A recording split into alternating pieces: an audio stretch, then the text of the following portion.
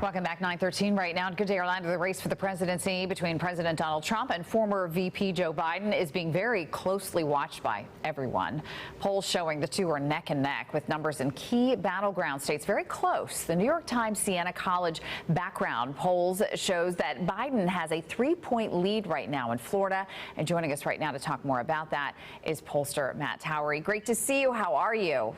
Thank you, Amy. Nice to see you. All right, so let's talk first about your 2016 prediction, because you predicted back then that candidate Trump would beat Hillary Clinton, despite many polls going the opposite way. How do you compare 2016 to 2020? Well, I was thinking about this morning as I'm reuniting my Fox affiliates who I was polling for in 2016, including the folks at 35 in Orlando. It was literally 4 years ago today that I looked in the camera and said, I think Donald Trump is going to win this thing. I'm not ready to say that this time. It's very tough. And the polls are increasingly difficult because we have so many people now who use cell phones, and you can't have a long survey with someone on a cell phone. And a lot of the surveys you're seeing right now last 20 minutes or so. It's making it very difficult to get through the clutter, clear out, and find out really how people are going to vote. Why, Matt, are the polls so different? Why do you see so many different varieties of polls and so many different numbers, a lot of them pointing to opposite results? Why is that? Well, for one thing, you have some news organizations that require certain things, others don't. There are certain organizations that want you to do likely voters. I think that's a little more effective in finding out who's going to win a race, but a lot just survey people without asking them if they're likely to vote or drilling down to that level. And then also, like I said, it's the data that they're receiving. We're having to really stretch now to get cell phone completions. And just think about anyone you know. Does anyone want to answer a cell phone where they don't know who the caller is and then find out they're into a 20-minute survey?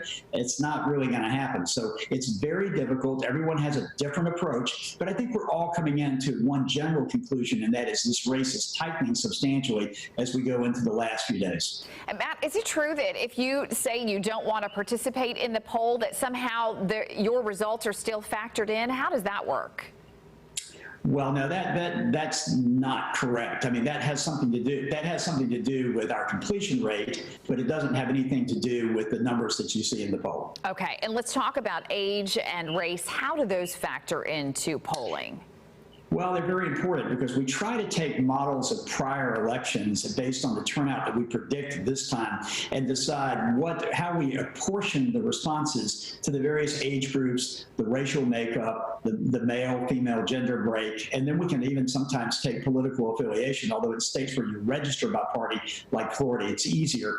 What happens is if you get, say, 500 or 1,000 sample, which is a decent-sized sample, you may undersample certain groups and oversample others, so those weights are used to adjust that poll to make sure it's more reflective of the people who are going to turn out and vote in the end. Matt, in your opinion, what is the state to watch during this election season? Well, I think here in Florida, we'll watch very early on. I think Florida will not take a long time for us to know which direction it's headed, partially because we count our votes so well here. Be watching Pennsylvania. That's critical. Be watching Arizona because the president needs to carry Arizona for Pennsylvania to be critical. And then be watching some of these other states like Wisconsin, even Minnesota, where I think it's going to be a closer race than expected. And obviously Iowa is sort of the heartland that seems to have changed and sort of moved in the Trump direction in the last few days. And finally, Georgia and North Carolina. Georgia especially, I think Georgia's going to be tight. Trump appears to be leading there a little bit, but they're going to take a long time counting their votes. And that's a critical state. You know, it's one of the top 10 electoral states in the country. Well, Matt, you are a wealth of knowledge, and we always really enjoy talking to you. Thank you so much, as always, for being with us, and we look forward to talking to you in the days ahead as well. Great. Take care. Good to see you, Matt Towery. All right, let's talk weather right now. 9:17.